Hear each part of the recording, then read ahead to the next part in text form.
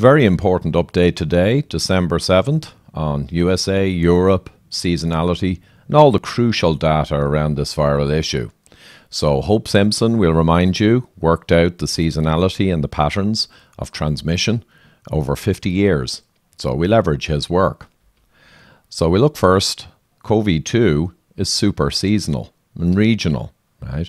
WHO at the end of July said it's one big wave, it's not seasonal, does not share influenza's tendency to follow seasons. That would have made it completely different than any coronavirus in history. And sure enough, it's not different. So you see here Italy, right, the deaths per million, right, back in March, and it fell off with community immunity and seasonality change.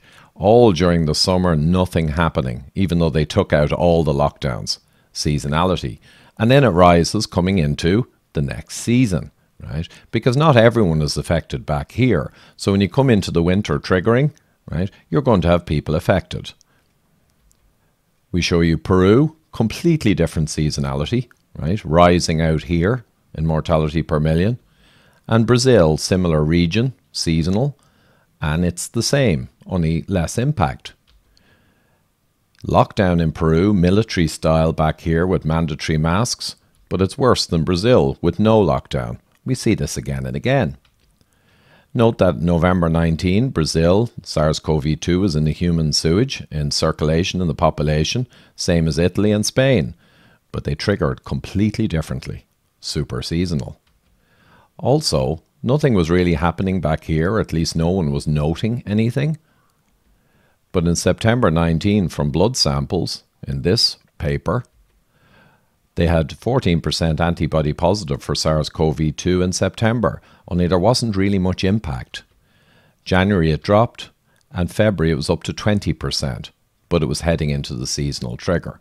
So people should be aware of all this seasonality and how widespread the virus was in human circulation way back here before the triggering.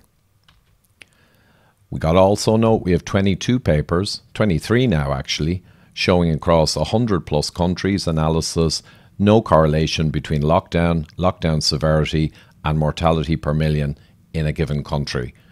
The population health and other factors like prior season severity were what drove that needle. So lockdown shown to be hugely ineffective, but also hugely damaging. Unsurprisingly, the WHO, culmination of 100 years of pandemic management science, in October 19 said no recommendation to quarantine exposed individuals once a virus is out and about in a community or a region. Not recommended, never mind quarantining or locking down of whole populations. They didn't even cover that because it would have been too absurd.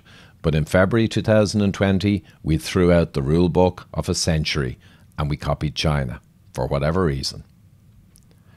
Now we look at deaths per million in a few countries. So we have Italy, which we showed, and Belgium. Belgium is getting its seasonal resurgence and thankfully it's curling over. Italy probably also. But remember, they did get the first wave, but it was seasonally cut off and community immunity building, right? Then the summer, nothing happens, super seasonal. And then they get the second half, or they get the latter quarter maybe, of their first wave, right? This is kind of inevitable, depending on various factors. So there you have it. Sweden, we see with no lockdown, pretty much similar. Just pushed out a little, and they're beginning to curl over too, looks like. So again, the same result or better result with no lockdown, and they're now only number 22 in the league tables for mortality per million. So Sweden are way down the league tables with no lockdown. We'll show you other countries that are slightly different. Czech Republic, Croatia, Slovenia. They never got a first wave as such because seasonally they got cut out. Right? So they were crediting themselves with lockdowns, etc. The reality is it was seasonality primarily. Long summer, nothing happening. Super seasonal. And then coming into the winter, sadly, they get their essentially first wave. Right? But Czech Republic is turning over and these are slowing down very much in rates also. So the virus has an inevitability and it's independent largely of lockdown stuff. We look at Croatia a little closer. they did no lockdown. October 24th, they decided we're not locking down because they probably know what I know and what you now know. Lockdowns don't work. We'll look and we'll see that around October 24th, of its own accord, the infection rate, rolling case rate, fell down fairly dramatically. So the hump was turned and turned right down without a lockdown. If we look at Slovakia, it was getting huge credit recently because it did a massive coerced or forced testing regime, and they credited that with dropping this curve. But notice the drop in infections that happened around the time they did it. If we move that over here, we see that Croatia achieved the same without doing anything effectively. So this is rabbit's foot science. This is doing something, nature shifts, and then you claim the credit, which is quite clear here. We'll show you Belgium. Belgium has a very unhealthy aged, probably some challenges in hospital systems too, but certainly they're getting hit, though turned over and curled over very happily and quite quickly, like many other countries.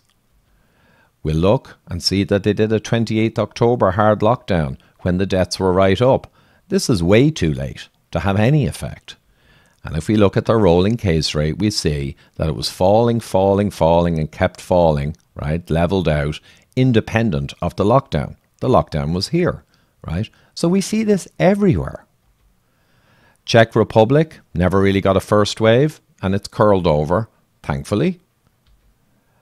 They did an October 22nd lockdown like Belgium, right? Way too late, and anyway, we know it doesn't work. We look at their case rate was falling already. They do a lockdown, and then it falls and matches pretty much Croatia and others who did later lockdowns. Made no impact. Nature follows its viral curve, regardless. Here's Croatia as a reminder. No lockdown, made a decision not to lock down. Look at the similarity of the behaviour. So the virus drives the dynamics, not the humans who do their rabbit's foot so-called science from China. Italy will show again. They're talking about doing a lockdown on the 21st. They're not doing one now because no one will accept it because they know the game is up, that lockdowns don't help. But they're threatening to do one on the 21st. Kind of like when the horses are long over the horizon and the door is swinging open wildly, right? We see here that their case rate has been falling right down through November, right? This is natural like the other countries we showed you. And they're talking about doing a lockdown sometime out here. Okay, there's no cure for stupidity. Ireland will show you 17th October was curling over on the positivity rate in PCR. But they did a full country lockdown on the 22nd, and that might have impacted this curve out here. But as you can see, the curve didn't change in the slightest. So a full country lockdown, 100,000 unemployed, and a disaster for society, depression, suicide, ruining everything for nothing. You can see it in the hospital cases too. 21st October, curled over. The lockdown might have had an effect here. Nothing changed in the curve because we know that lockdowns don't really impact the needle. ICU, similar story. No change. And only a few people per million people in Ireland at the peak, even in ICU, with a positive PCR. We'll show Florida to bring in USA.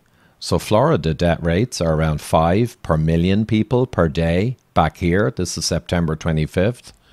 The governor, based on the science and multiple professors he met with, said taking out all restrictions and banning mask fines.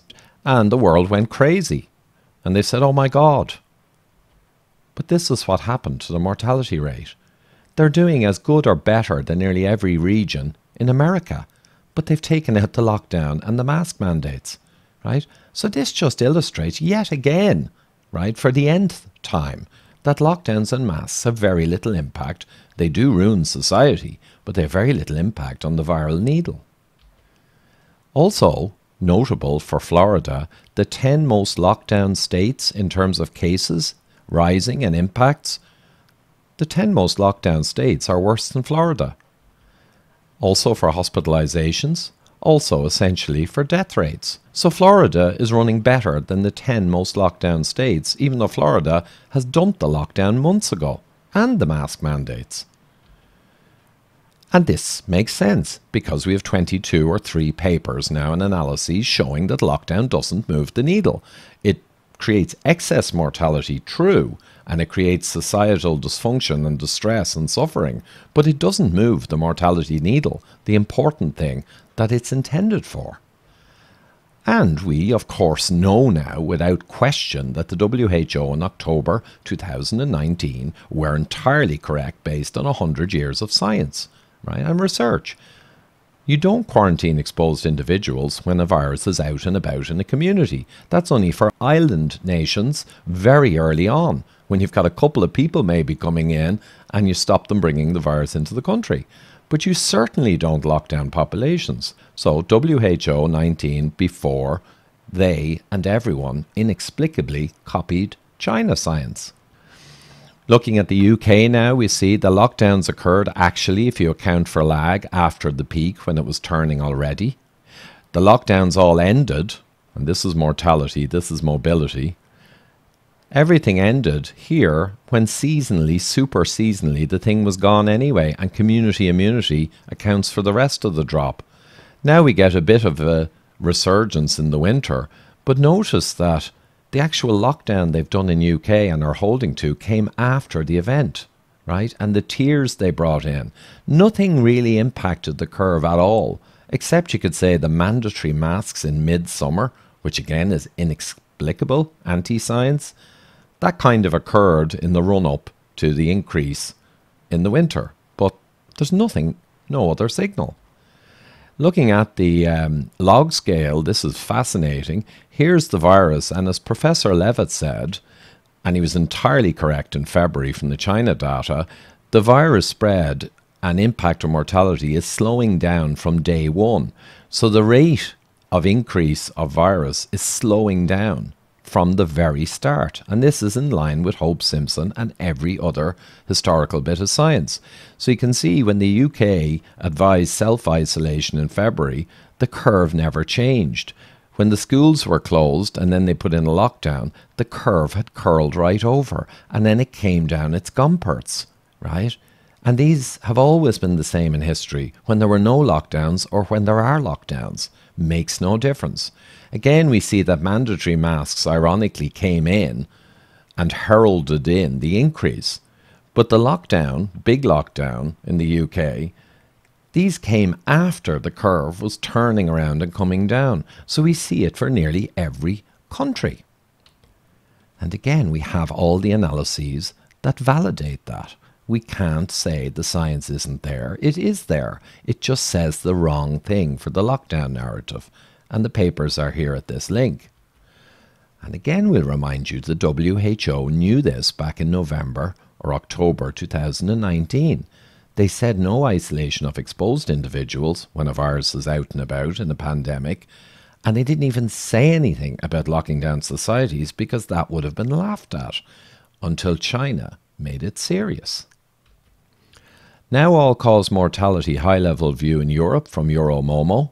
And the first thing to note is you can only compare seasons, respiratory seasons. You can't cherry pick like the FT have done 1 month or 1 week or 2 weeks in a given zone and compare to a different period from prior years. You must compare seasons in their totality. So we see now that 2017-18 winter season had 140,000 excess deaths in the older categories. 18-19 was very low. This is an approximation here from the curves, but very soft season. That's going to make the next year pretty nasty.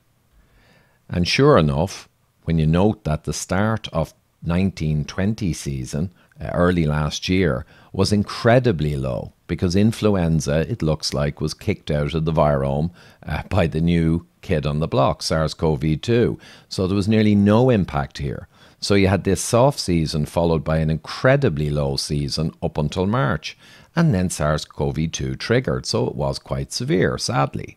Total figures around 185,000 for the 1920 season. right? Following a soft one and not a huge amount more than 18 or 17, 18. So you got to keep this in mind. These are the numbers. What will happen in 2021? We've entered the season now a little early because that's the triggering of COVID-2. Every virus has its own patterns. Well, let's bring over 18 and look at it here. What if this year coming up until next April was like 18? We'll bring it down. It could very well be. In fact, it's looking like that. But in 18, there was no panic, no problem, and business and life went ahead. But in this season coming, it looks like we're going to ruin everything. And we know lockdowns don't really work, so that's kind of criminal. We'll just do it for the 65 plus years, and you can see again the similarity with 18. We bring it in there. It could very well look like this. But that never would have caused us to destroy our societies before.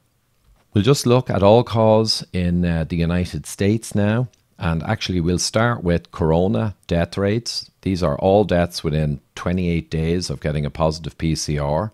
And it's around 5 deaths per million per day, generally speaking. Okay, so not dissimilar from Europe overall. But you can see that most of Europe now is way higher in deaths per million per day. All these different countries, okay, because they're experiencing many times their first wave in essence. So this is the corona deaths. But now there's an important thing to do. We got to look at excess all-cause mortality in the US because that's really what's happening. These are badged with PCR. There may be a huge over-attribution. So let's take the all-cause excess and bring it down here and compare it with the corona named deaths. And we get this. So you'll notice something interesting, that the corona deaths during the actual epidemic waves, and this double hump pattern is classic for the USA because it's multi-region, multi-season, if you will. So we always see this double hump in the past, and we see it here. But the mortality tracks with the SARS-CoV-2 PCR positive attributed deaths until here. So we only have all cause from CDC up to the end of October. But note the divergence, right? Very, very significant. So it should really follow this pattern. And while there is some lag, this data from all cause is back, a month and a half ago. So there's an enormous gap developing between the SARS-CoV-2 attributed deaths, which everyone in the world is looking at and thinking it's as bad now as it was back here, but the actual all-cause mortality is tracking historical trends for influenza pandemic type scenarios. So we got to watch the all-cause mortality like a hawk. The other thing is that the lockdowns will induce more all-cause mortality deaths. They'll cause deaths over the longer period. So that makes this even more striking. So everyone needs to understand this about the US to put things in perspective. Sweden we'll finish with. Again, they did better than around 22 other countries, even though they did no lockdown. And if we look at all cause for mortality for Sweden, it's a bit like the US.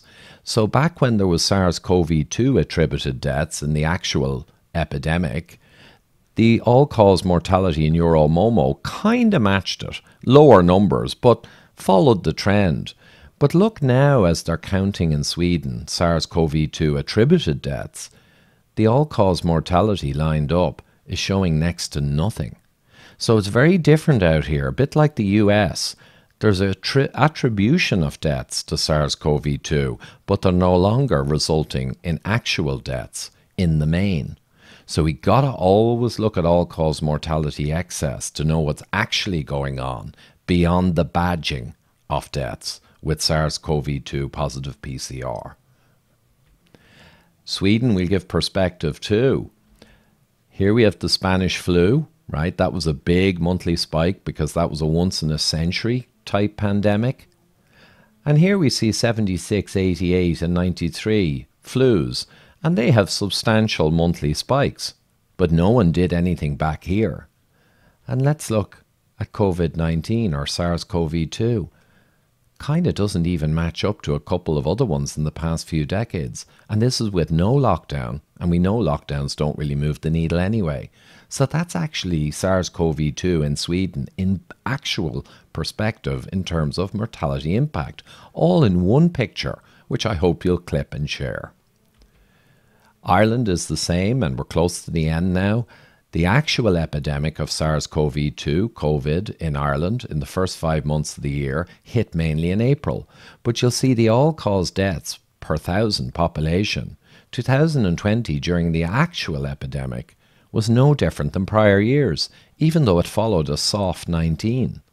In fact, the peak month of SARS-CoV-2 epidemic in Ireland, with the media screaming about the death rates, doesn't even really beat January in 17 and 18, where there was no media coverage, except full trolleys in the hospitals and there's a bad flu and the health system can't keep up, all that kind of stuff. But we kept our country running, our economy thriving, our young people living, right? We kept people away from depression and suicide and business failure. That's what we did back then. Good job to us all. But this year, we decided to put a match to it and burn the whole lot. And we know it didn't even help.